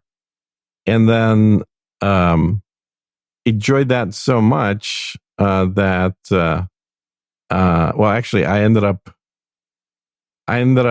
getting rid of that car. And then I bought a Beamer convertible, which was also really fun. And not any bigger in terms of the interior, even though the car length was quite a bit bigger. And then I bought a Fiat 500 electric, which was I was really torn about that car because I always liked the Fiats. I love that. The Fiat 500 electric was great. It cost me like $6 a month to drive. It was super. I was the guy making, nasty comments to the Tesla owners for how much electricity they're using because it was literally twice as efficient as a Tesla. Nice. But it was very peppy given, electric motors have all their torque at the beginning. I really like that car. It was also super rare. At some point, they're going to be definitely collectibles. There was fewer of those cars imported into the U.S. than Ferraris. So like a year's worth of Ferraris, I think is around 1,300 cars, something like that, 1,400 cars. This thing had about 50 cars a month sold. Not a lot. So I was driving a car that was super exclusive. Not expensive, just super exclusive. And the only reason I got rid of it is because Fiat pulled out of the US again. And so they shut down their dealerships, which meant it's harder to get those things serviced then, huh? Yeah. Having an electric car, which there's only 50 of them sold per month across the entire country, and no dealer network to support you is very risky. So if I would have kept it, I would have kept it purely as a kind of like you keep used baseball tickets as a future investment and say, okay, I'm going to do nothing to this car. It'll still have 10,000 miles on it, 10 years, 15, 20 years from now. And then I can get my money back basically for it. I get like 30, 40 grand back out of it. But instead of doing that, I just chose to go with the option that clears out my garage space and say, okay, I'm going to have to return this thing or trade it in or sell it or whatever. I think I just sold it I remember I sold it to Carvana for cash. So they just wrote me a check for it. I didn't trade it on anything. Then it's somebody else's problem. Well, I'm sure somebody bought it and put it in their garage to keep for 20 years. Now, I'll be kicking myself when those things are going for $100 grand. Right. Well, it's like $15 million, classic Fiat. But I'll do you better than the ticket stubs. Yeah. And if somebody can explain this one to me, there's a few people in the trolls. Maybe somebody has run across this before. my mom was out to lunch with one of her friends whose husband for years worked for the Wrigley's Gum Company here in Chicago. Sure, I remember that. Yeah. And he had a couple of big boxes. I don't know exactly what was in the boxes, but he had a couple of big boxes of old gum, old candy that were just sitting in a shed. Mm-hmm. And he found them and he took the first box out. Let's see. He put it up on eBay, sold for over $2,000. The second larger box sold for over $9,000. And for what? What the fuck? Right. I went and did a search and found on eBay that looked at the sold auctions. And I know this could all be rigged up, but there was some different gum from the 80s. You remember maybe they still use these. I just haven't been to a grocery store in a while. The packs of gum that are basically in cellophane, and there's like 10 packs of gum in the cellophane, and then they open that, and then people just buy one pack at a time at like the cash register. I don't recall that. But so it's just like a cellophane like what you would buy is one pack of gum. There's 20 packs in this. I'm sure Costco has shit like that. Probably. But they were selling these 20 packs from 1980s, whatever it was. And one of them was a Wrigley's gum that I never even heard of or remember called Express. It was just like a white packaging with black. I remember that. Yeah. I don't. But they were like that, 20 packs of gum just within the last few weeks on eBay, 20 packs of that. So just 20 packs, not 20 packs, just 20 little packs in the one package, $580. And I'm trying to figure out why. Is there a collectible? It's got to be just, I think what some of this is, not all, but I think what some of this is the what I would describe as pseudo nostalgia, which is, it's not real nostalgia because it's experienced by people who weren't around to remember the 80s. So you think this is at the market for people that never experienced this and are like, well, gee, now are they buying it? In this case, do you think to consume 40-year-old bubble gum? No, of course not. It's a trinket to show their buddies in their 80s room. Yeah. Like, look at this, man. You can't even buy this anymore. Check it out. Yeah. This is, I think I've kind of seen this like back in the 80s about the 50s. True. Where people were buying completely useless things like Howdy Doody clocks. Like, what the fuck do you need that for? To put on your wall and be cool? That's not cool. That's kitsch, first of all. But it's also ridiculous. But it's that mentality. It's like people that were never around and alive in the 50s were buying 50s memorabilia because the 50s represented a certain lifestyle and mentality. And I think the 80s, for good reason, has become the 50s for a lot of people that were not around in the 80s, because people like you and I talk very fondly about the 80s, about how it was the best music, and it was really revolutionary in a lot of ways. The game I've been raving about, Cyberpunk 2077. You're still playing that a week later? That's a good sign. Yeah, man. Yeah, hell yeah. I'm doing like 30 hours a week of gameplay on that thing. Wow. Is this your full-time job now? Yeah, I wish. No, I probably don't wish, because it wouldn't be fun if I had to do it. It's only fun because I choose to do it. True. It's like that, the show I told you to watch on Apple TV that was... Which one? The one about the gaming company. Oh, I watched. Yeah, that was a great show. Love that show. Where the testers were just like, oh, Jesus. Yeah. They hated it. And then, of course, the testers had to be like lesbians. But, of course, because that's the new world order for... It's actually true, because every video game is only tested by lesbians. Well, that's why they're good. Yeah, or the way it takes them 2 years after they come out to get the bugs out. Right. That could be it as well. Yeah. It's that was, I think, a very satirical, but yet touching on real-world issue show. Which is where comedy works. There's got to be a nugget of truth. Yeah, and it was the guy from Always Sunny in Philadelphia that was the main dude in that. But if anybody can tell me why, otherwise, the old gum is worth money, I'm guessing that the guy who bought the big box for $9,000 probably made like 2-3 times that by breaking it up and selling. individual. That could be, or it's worth that much because it's all kept together and it's wrapped in cellophane, which will disintegrate or get eaten by critters because plenty of insects eat cellophane. Interesting. I did not know that. Oh, yeah. There's a lot of ants will do that. There's a number of different garden animals that'll happily chew down on cellophane. Blitz says he's guessing it's because it has no aspartame. It's like, well, that's what I'm then curious. Are they consuming the gum? I mean, is gum still fresh if it's sealed in the pack for 40 years? It turns, I've had old gum, dude, like 15-year-old gum, and it's rock solid. You can't chew it. Like the stuff from your Topps baseball card collection. Yeah, like I ate all that shit, and it's like, whoa, threw away the baseball cards because he gives a shit. Right. I buy this for the gum. You went the wrong direction there. I did go the wrong direction. Not only do I not have the gum to sell on eBay, I don't have the baseball cards to sell on eBay. If you did, that would be a much better way to go, or at least the ticket stubs from buying the baseball cards. Yeah. Well, I never went to those games. There's some podcasting 2.0 news, which I think is interesting. Did they finally introduce my band tag officially? No, I don't think so. Still waiting on that.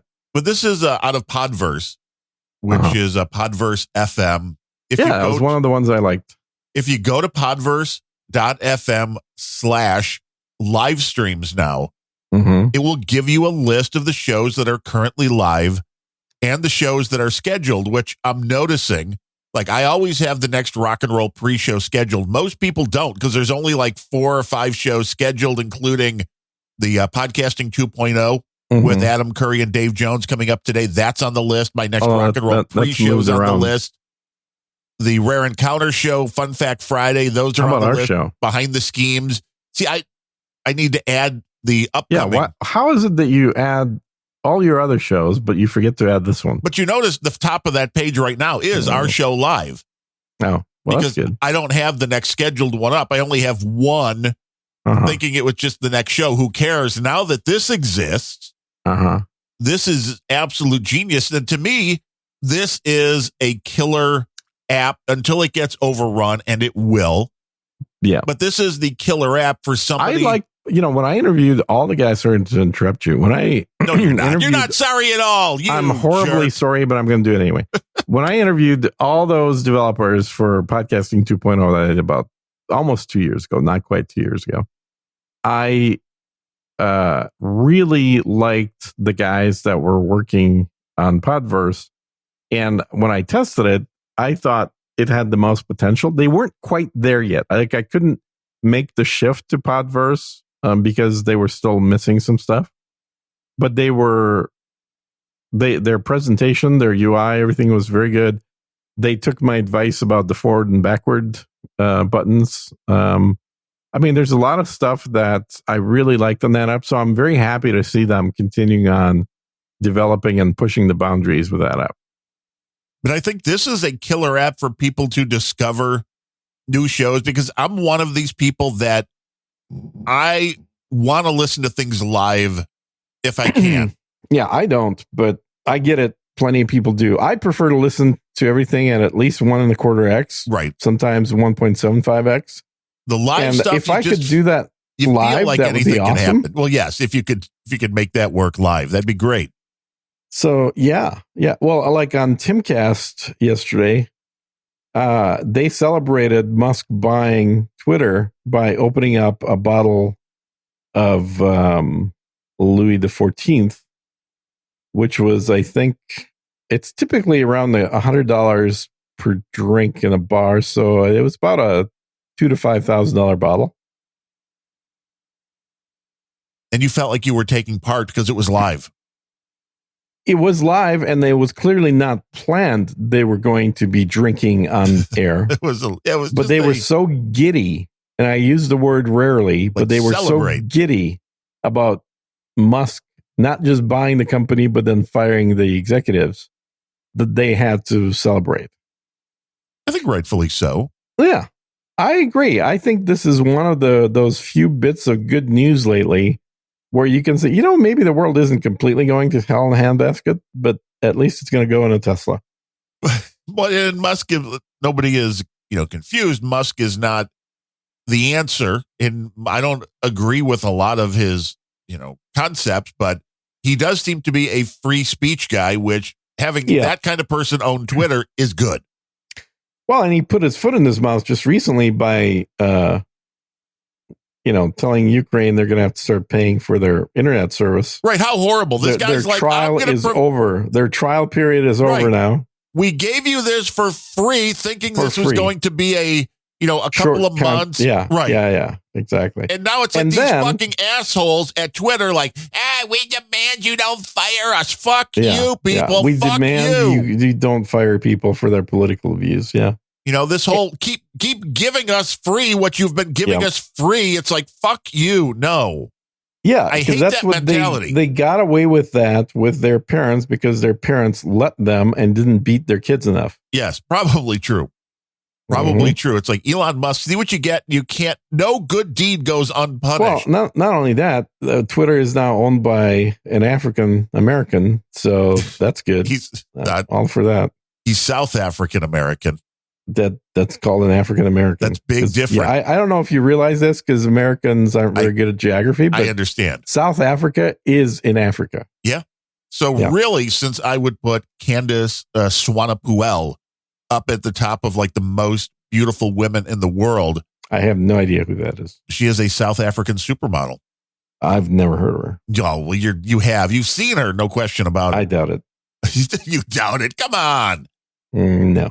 Sure, there was this thing the other day where, like a couple of weeks ago, where she was rumored to be dating Kanye. But no, that was all just, that was right before he got really canceled by the world. And that was just a publicity stunt. Yeah, so the only problem I have with this whole purchase of Twitter is how much he paid, which is, I think, insanely overpaying for what it is. Well, of course he did. That's why you tried to get out. Yeah. I don't know. It's like he wanted to buy him and they didn't want him to buy him. And then he tried to get out of buying it and he didn't want to let him get out of not buying it. Get out of buying it. They didn't want to let him not buy it. And then he's buying it. He says, fine, I'll go through with it. And they were trying to get the president up to the last moments. They were hoping that they could get a presidential executive order to prevent Musk from being able to buy Twitter. Right. I mean, that was all over the place. It was just that they're driven, and this is true, I think, of all Democrats. I'm going to say all, not most, because frankly, you're complicit. It's like being a German during the Holocaust and doing nothing. All Democrats, they just want to create pain in anyone that isn't like them. They're the most extremist people out there because they're driven by hatred and by punishment. They're really they're sadists, really. I think Democrats are basically sadists. I mean, I can't prove that is wrong. Therefore, it's right. Yes. I dropped a link into the show page over on Zencaster there. Just for you. Oh, you did? Yeah. Yeah. Do you want me to click on this is the hot chick? Yeah. That's Candace Swanepoel. Oh, she's pretty hot. Yeah. For an African American. Yeah. She just hit 34. Is she American or is she African? South African. Well, where's her citizenship is what I'm asking. I still believe she's South African. I don't know if she ever naturalized her. That's definitely a padded bra. She has very small breasts. If she needs a green card, I'd be happy to. Can you to help out. Get a quick divorce and help her out? Yeah, maybe. I don't know. I don't know how quick the divorce would be. Your wife would be okay with that. Oh yeah. I mean, I think that would be perfectly fine. Yeah. How big is your list of like allowable, acceptable women for you to bang? I mean, there's like only and I need to take more time to make the list because I can really only come up with like 3. So it's a very short list, which also lowers the odds dramatically. Kind of does, yeah. And they're all. And who are the? Okay, well, you've said 3. Now we have to hear the 3. They're all pretty much age appropriate now that Taylor Swift's going to be 33 here in December. Candace, as we just talked about, she's 34, and Adriana Lima, who I believe now is 40. I know. I should be thinking way younger. Yeah, you should. But I guess it makes sense because that's like when these women were hot and young, you used to have vision. Right. This is true. And you were around hot women. Yeah, quite a few. Yeah. And that was even when I was married. My wife had no problem. Like, oh, you're working for Playboy Playmates, going to the GlamourCon convention here in Chirac. She was always like, yeah, if you think you can get that, go ahead. Yeah, she has a lot of faith in you. Yes. It's like, no, probably not going to happen. Yeah. I mean, she's got a good attitude. Yeah, that it works. Never met your wife, but I like her. She owns multiple firearms. So, I mean, I know you'd get along. Oh, yeah, we totally get along. Does she have a pegboard wall for her firearms? No. Okay. No, but that would, if there was, that would have been overtaken by the Lego now. Yeah, that's right. She's into that. You know, I every time you say Adriana Lima, I first think of Adrian Curry, who I like. And then I remember that, oh yeah, that's a different person. Yes, there are different people in the world. Yeah, no, that's true. Everybody, different strokes. As far as models. There are plenty. But I've always liked Adrienne Curry. A lot of it is the attitude. I always liked her attitude. She's a smart ass, tomboyish kind of model.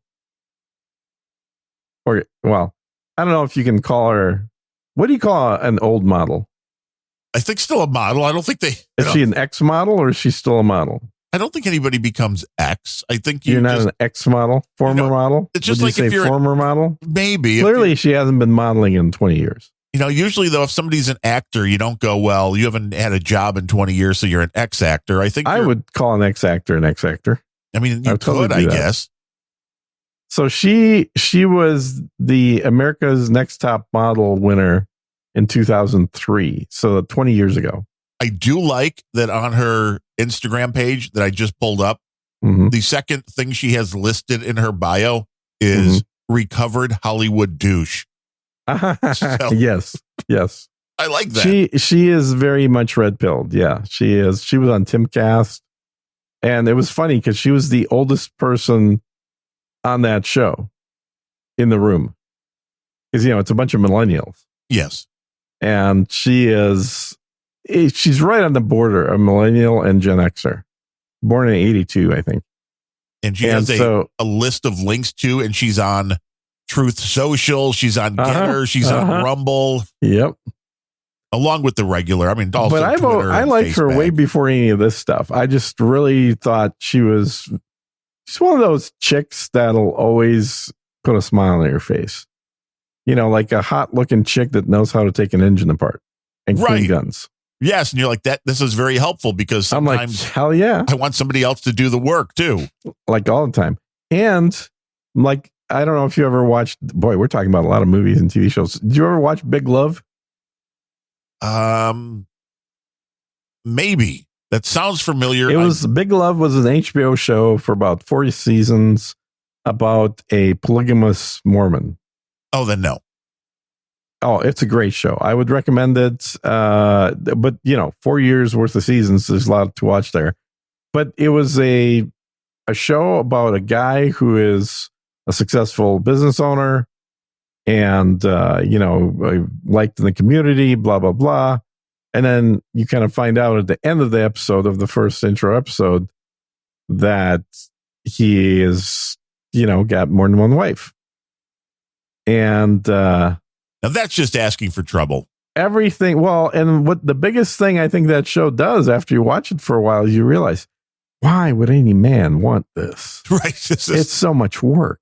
You're like, it sounds like on the outset, like it might be fun. It sounds cool to have a harem, but ultimately you just want some peace and quiet and, your man cave time, but you can't because you're too busy handling 3 families with 3 different sets of kids from different women and trying to balance it all. But he had his older wife, his first wife was Jean Triplehorn. And then his middle wife was my favorite one, which was Chloe Sevigny. And she was the very traditional Mormon chick, meaning she came from Big Mormon family. And so she was always on that show, the one doing all the house repair stuff. Like when the roof tiles needed to get replaced, she'd be the one climbing up on the roof to retile. You know, she knew how to use all power tools. She could fix a washing machine. She could do all this shit, but yet she's still hot and feminine. Nice. Well, I see Adrienne Curry born right down the street from me. She was born in Joliet, Illinois. In Juliet, really? Yeah, home of Juliet Jake and Elwood Blues. Yeah, hell yeah. Born in 1982. So again, you like the 80s. Thanks to DigiGuru for pointing out that she was born in Joliet. Interesting. Did not know that. I did not know. But she's also 5'11", so you'd probably like that too. Yeah. Yeah, but she's currently married, so there you go. Well, yeah, I think she's done that a few times. Yeah, it looks like second time. So, I mean, the third time's really? always That's the just charm. the second time? Yeah, that's what it because the first one was with Mark or with one of the Brady kids. Yeah, Christopher Knight. That's Peter Brady. Wow. Yeah, Peter. She married Peter Brady. Yeah. So he had to be like 8,000 years older than her. He was 20 years older than her. Yeah. Interesting. It would happen on live TV. It was they met in a reality TV show. Ended up hooking up, and by the end of the show, like, she totally wanted to marry him. Television's a weird beast. But she certainly, back in the day, I mean, now she's older, but back in the day, she was super hot, and she was a video game junkie, and she did a lot of cosplay stuff. I see. I mean, I see where you're coming from. Yeah, I'm telling you, this is a chick with the right personality who happens to be hot looking. Well, that is important. Having the right personality is important. It is. And this is, this is why I married my ex-wife, is she was super hot and had the right personality. And why did she then decide to run for the hills? Or was it there might be a few reasons for that. That's a different show. Yeah. But we're still friends. We chat. We've been I think we've been divorced about as long as we were married. Well, see, there you go. That brings with it a certain calm and understanding. Well, that came about a year after we got divorced. But I told her, and I mean this, is that I really wish we would have just been friends instead of getting married. Yeah, isn't that always the way? Because she was a cool chick that I would still enjoy having as a friend. But now you can't be around her because you're afraid she's going to stab you at any given time. You know, she turned like 32, so I had to get rid of her. There is that expiration for you. I get it. There is. She's 23 when we met, and like a rockin' 23. She was, wearing like size 2 clothes. So we see what you were attracted to. It was not her personality at the time. Oh, it was totally personality. That's the main thing. Yeah, personality. Yeah, sure. Sounds that way. The description. She had a hell of a personality back in the day. I was going to say that description doesn't. Yeah. No. And if you're not that anyone gives a shit what my ex-wife looks like. Oh, they do. Everyone wants to know. Basically, Natalie Portman. But hot. At 23. I mean, Natalie Portman has had her moments. I mean, watch Black Swan. Well, yeah. I mean, the character she played was horrible in that show. Right. But this would be like pre-Black Swan. This would be more like Star Wars Natalie Portman. Ah, yes. Young Padawan. Yeah. That's what she looked like. You're like, yes, my queen. Can you put on the outfit from Star Wars? Come on. See, that's perfect for you. I can tell by that. Oh, no, I'm laughing because she did that. That's exactly what I was going to say. The laugh said, been there, done that. Yeah, that's exactly what that laugh was. More than anything else. Nice. Nice. But I like this thing that Podverse is doing. And this, to me, reminds me. I mean, that's what we're talking about, Podverse. Yes. This reminds me of way back in the day, Blog Talk Radio, which I believe is still around. But there was an easy way to go and see every show that was currently being streamed live. And for people that are live junkies, I think this can help find shows that maybe you wouldn't have listened to before, but you're like, well, it's live, so I'll turn it on and see what it's all about. Yeah. I do occasionally will watch Timcast live, but you keep pushing the 1.2 button and it's not working. What? You're pushing the button like 1.25 speed. Come on. Oh, yeah, right. Why isn't it speeding up? But the problem is, it's on that show. It's not even the speed. It's the like their edited bits that they come out with from those shows are just a lot more concise and topical. Well, they should be because they're edited. They are, but then you take a show like ours, which there's not anything to edit down to because our show is about nothing. Well, we're just so tight that we can't even edit anything out. That's how good we are live. Did you notice you even had the intro that was taped live today? So you don't have to cut out a clip and stick it at the front. It's like, boom, that's how it always is. It's like right there. It's literally the last thing I said before hitting the record button. It's magic. Sometimes that just works. And it helps when you're lazy. It does help when you're lazy. Yeah. Uh-huh. I mean, I just want to point out this is still a value for value show, even though we had no donations this week. Although Grumpy Old Ben's did great on their 200th episode. Good for you.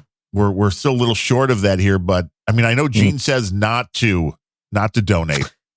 Apparently, people are listening. They're like, I'm finally going to listen to Gene. I'm going to pick one thing, and I'm going to listen to Gene, and this was it. But you can still go to unrelenting.show and find out all the information on how to help support the show. I think we do need to go Mug Club or something like that, where we can, hey, if you have a donation, we send something out. It's all cool. If you want to take that on, buddy. I noticed you started doing T-shirts. I did one, because Dame Lisa was like, well, why don't we have a rock and roll pre-show T-shirt? And I'm like, I don't know. I have a logo, so I may as well slap that on a Teespring shirt. I think I want to tweak it a little bit, so I haven't really been pumping it that much. How much do they take? Are they as bad as the other guy, that Cafe Press? It's very similar. So if you sell, because Cafe Press was basically, we'll sell the thing and we'll keep all the money and you'll get a quarter. I think I would have to sell if the sales were good.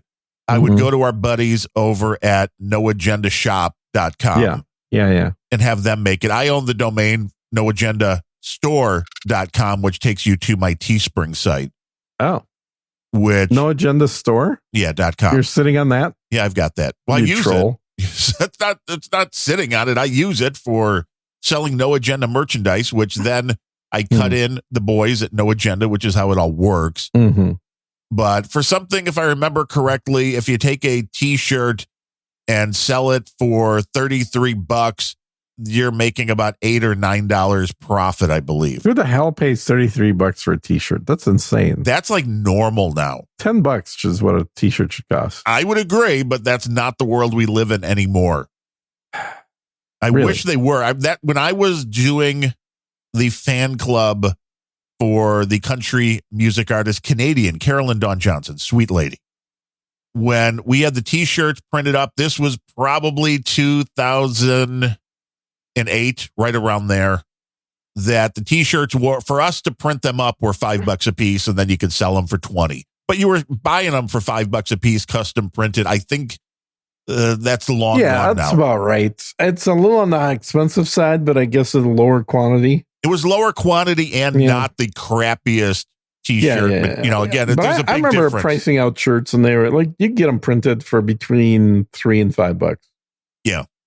If you want to go with the really cheap. And a Cafe Press would basically, they'll charge, they're like $15 for the T-shirt, and then if you want to sell it for more than 15, then we'll start doing revenue split. Right. But if you want to sell it for 15, you get nothing. Right. They're taking it. That's their cost. Anything over the cost, you get. Their cost is like $1.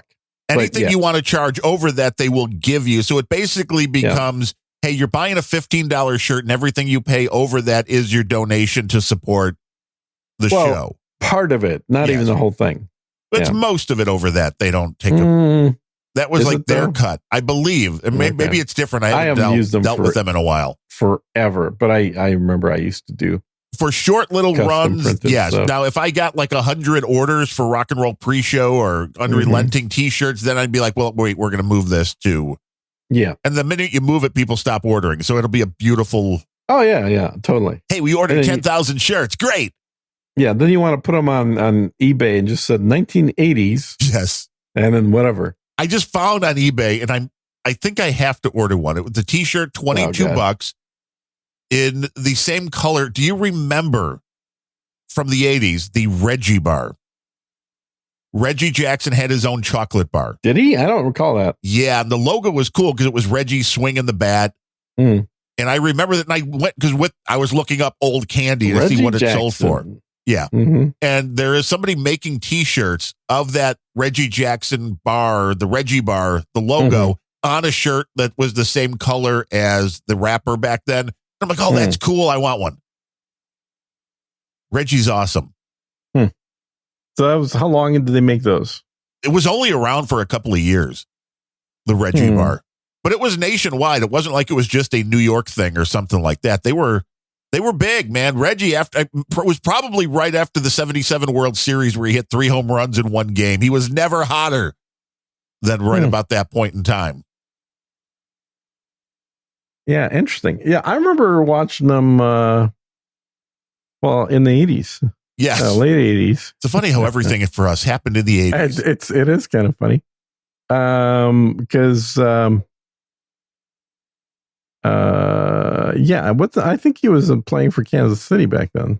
Well, he started with Oakland and then went to the Yankees, obviously, and then I don't know if he went anywhere after the Yankees. If he retired, he may have, like Toronto. He may have retired out of Toronto. Kirby Puckett. Yes, Kirby. My God rest his soul. He was one of the best. Yep, he was very good. Well, of course, you were living in Minnesota, so Kirby was like a god around. They named streets after the man. Yeah. Well, one, because he was really good at his craft, and he was a good human being for everything I can tell. A lot of athletes are douchebags. Kirby seemed to be a really high quality human being. I think that was in the pre-douchebag days of baseball. It may have been. Because I kind of feel like douchebaggery in baseball really started in the 90s. They kind of go together now. Because it used to be just like dudes that would go and eat a bunch of fried chicken and then go play baseball. Not anymore. And then in the 90s, they started doing steroids. Yes. And that changed the game. And it brought a bunch of people to the game because all of a sudden the balls were flying out. They were actually good. Yeah.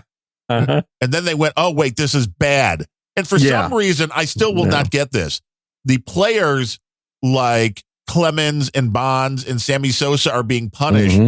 But fucking Selig, the commissioner of baseball who oversaw all of this, they put him in the Hall of Fame. Fuck you, Cooperstown. That is bullshit.